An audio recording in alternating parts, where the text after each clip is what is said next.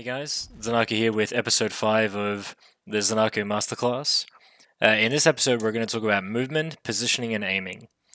All those three things are pretty individual in themselves.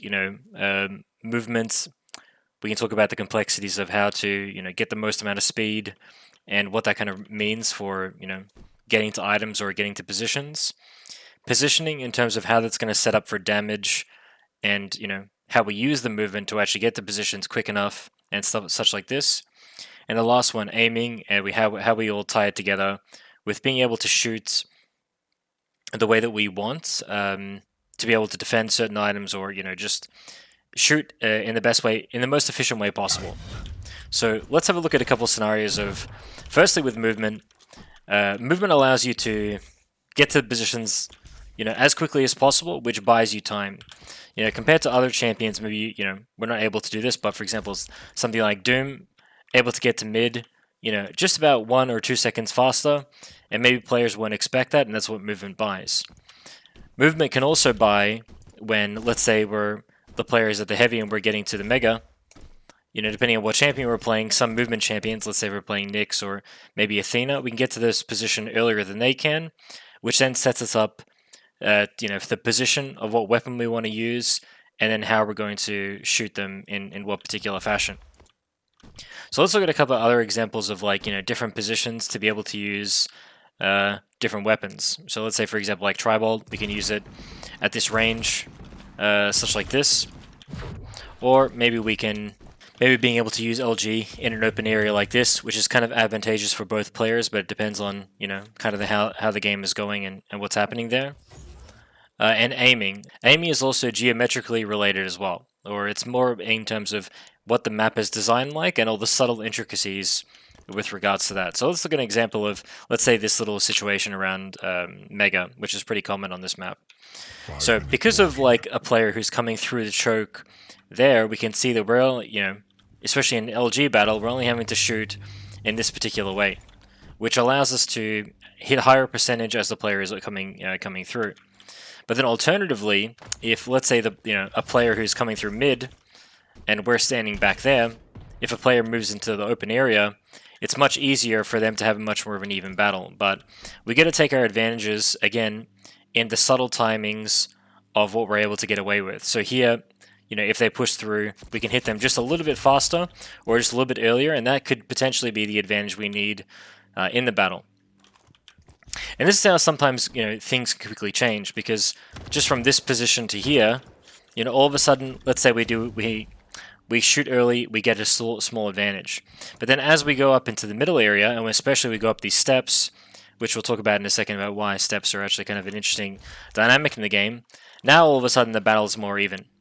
And so it's that subtle between positioning and, like I was saying, earlier with the movement, being able to get to this position earlier enough, before our opponent, kind of sets us up to be able to hit the damage better.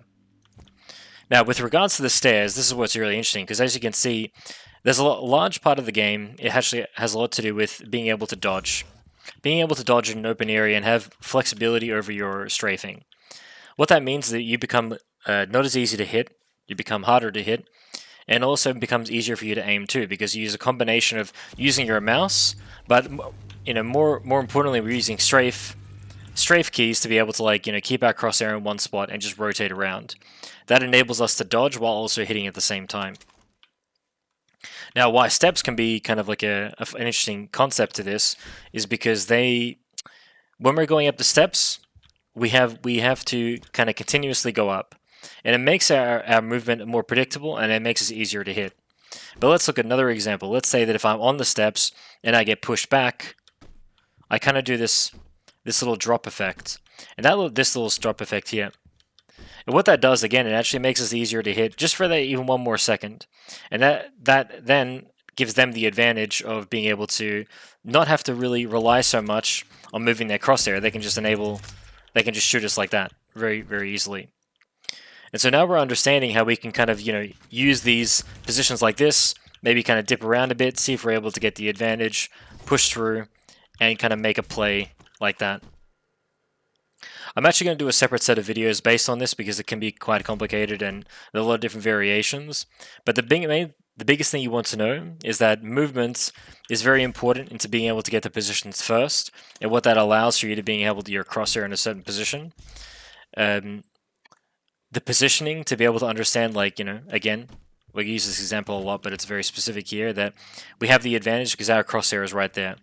And, if you're an opponent who's trying to push through, if I'm already here and I don't know my opponent is standing there, I'm already taking damage, and it takes me a while to even start hitting back. Whereas, the person there can start already shooting. And of course, that's how it affects with aiming, because then it means that they have the advantage earlier in the setups. A couple small simple things. Players that have the high ground generally have the advantage too, because players are able to fire down, whereas players that are from the low ground, they have much less area to shoot. It's much harder to hit the just a small little pixel, whereas opposed to the player that's up here who has the whole body to see. And obviously, like this too, you can't necessarily fire as rockets up. But now we get to see some other interesting dynamics where, let's say, for example, with the LG, we can start to use the player who has the high ground advantage to their disadvantage in some situations too. Because let's say, a common one is, let's say, this fight over the heavy. Sometimes when a player is pushing here, now we have the same thing that's at the Mega there too.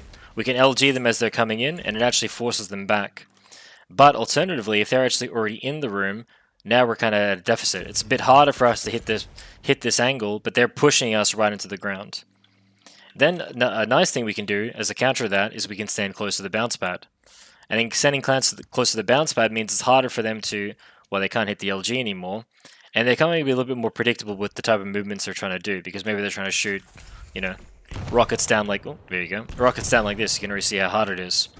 And when they're trying to shoot rockets down like that, it means we can kind of do, bounce them off or push them away with this. So the last thing I wanted to tie up with in this video is basically that you want to just become a master of doing combos with whatever weapon you find the most convenient. The thing is in this game is that all the weapons do a lot of damage, but you want to be able to do it in a way where you can just combo anything and you use your flexibility or your creativity to be able to let that flow through. So let's use an example. Let's say I use Tribal in this position here, and then I would follow through with like a rail or something like this. Or maybe I would use, like, if the person was standing there, use like nail gun and then push through with LG. Or alternatively, let's say if I'm like in a position like this, hold through with rockets. And we're using a lot of like logic as we're moving through the map, again, to be able to just always play safe. So for example, let's say if a player is camping here, we're pushing with rockets, we're holding with rockets the whole time. And then alternatively, the counter to that is if they're all the way over there with the rail or something like this, then we would lose out. But basically what I'm trying to say is you want to play with kind of a freedom of flexibility in your decisions. When you do that, you're actually able to, play like you know how to play, in terms of your freedom of creativity is able to flow. Once you start overthinking about too many different decisions, let's say of like players, let's say you're really scared of players camping in a corner or something like this, which is actually, quite a high potential. Then you slowly build your game around being able to counter situations like that. So let's say if someone's camping here, for example, you could counter that by moving at really high speed as you're going through that area. There's all these different things you could do. The only thing I can maybe say with that is to get as many references as possible and to always keep track of your opponent. The more you keep track of your opponent, it's going to make more sense about how to move, how quickly to move, what positions you should use in terms of how you're able to defend with the weapons you have, and how much damage you're actually able to output. Again, I'm going to have to make another whole series about this because this is very specific, but in this video I just wanted to give you the example of how you can actually combo these three ideas together, and you can formulate your own response into how you're able to deal with it. Okay guys, and with that in mind, I'll end the video there. Thank you for watching episode 5. We'll see you in the next one.